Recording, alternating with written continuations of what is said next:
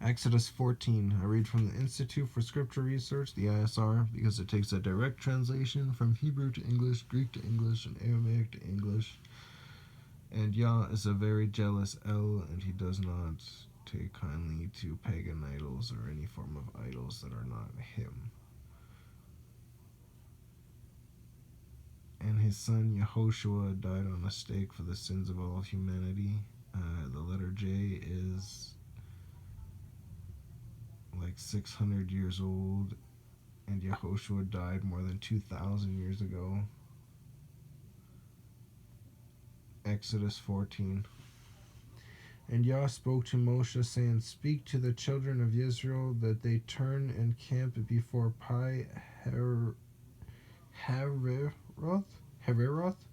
Pi space capital H-A-R or H-A-H with a dot underneath of it, I-R-O-T-H, between Migdol and the sea.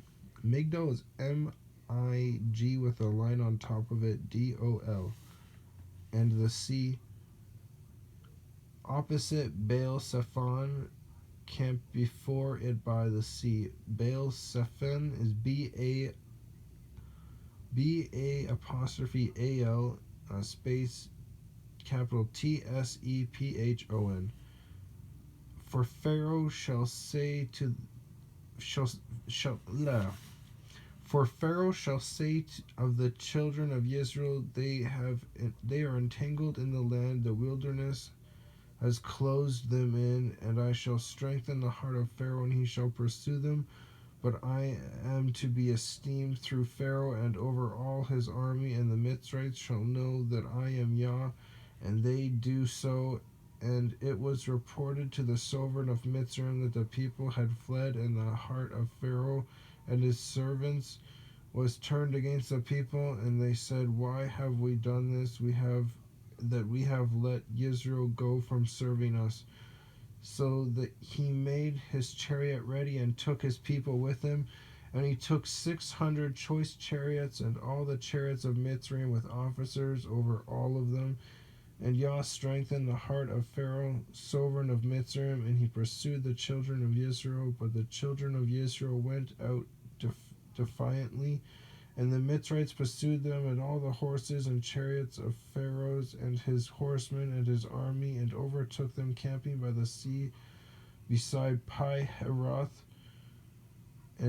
before Baal Zephon. And when Pharaoh drew near, the children of Israel lifted their eyes and saw the Mitzrites coming up after them, and they were greatly afraid. So the children of Israel cried out to Yah, and they said to Moshe, Did you take us away to die in the wilderness, because there are no burial sites in Mitzrayim?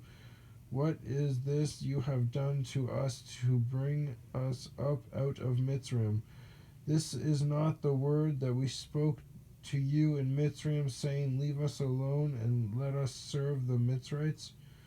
For it would have been better for us to serve the Mitzrites than to die in the wilderness. And Moshe said to the people, Do not be afraid, stand still and see the deliverance of Yah, which he does for you today. For the Mitzrites whom you see today, you are never ever to see again. Yah does fight for you, and you keep silent. Excuse me.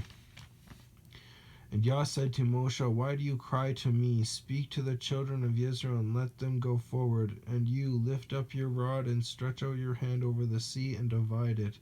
And let the children of Israel go on dry ground through the midst of the sea. And I am strengthening the hearts of the Mitzrites, and they shall follow them. And I am to be esteemed through Pharaoh and over all his army, his chariots and his horsemen, and the Mitzrites shall know that I am Yah, when I am esteemed through Pharaoh, his chariots and his horsemen. And the messenger of Elohim, who went before the camp of Israel, moved and went behind them, and the column of cloud went from before them and stood behind them, and came between the camp of the Mitzrites and the camp of Israel. And it was on the ground in the darkness, and it gave light by night, and the one did not come near, the other all that night. And Moshe stretched out his hand over the sea, and Yah caused the sea to go back by a strong east wind all that night, and made the sea into dry land, and the waters were divided. And the children of Israel went into the midst of the sea on dry ground, and the waters were a wall to them on the right and to the left, and on their left. And the Mitzrites pursued and went after them into the midst of the sea, all the horses of Pharaoh, his chariots, and his horsemen. It came to be in the morning after that Yah looked down upon the army of the Mitzrites through the column of fire and cloud, and he brought the army of the Mitzrites into confusion, and he took off their chariot wheels so that they drove them very difficultly. And the Mitzrites said, "Let us flee from the face of Israel, for Yah fights for them against the Mitzrites." Then Yah said to Moshe, "Stretch out your hand over the sea, and let the waters come back upon the Mitzrites, on their chariots and on their horsemen." And Moshe stretched out his hand over the sea, and the sea turned to its usual flow at the break of day, with the Mitzrites fleeing into it. Thus Yah overthrew the Mitzrites in the midst of the sea, and the waters returned and covered the chariots and the horsemen and all the army of Pharaoh that came into the sea after them, and not even one was left of them. Excuse me.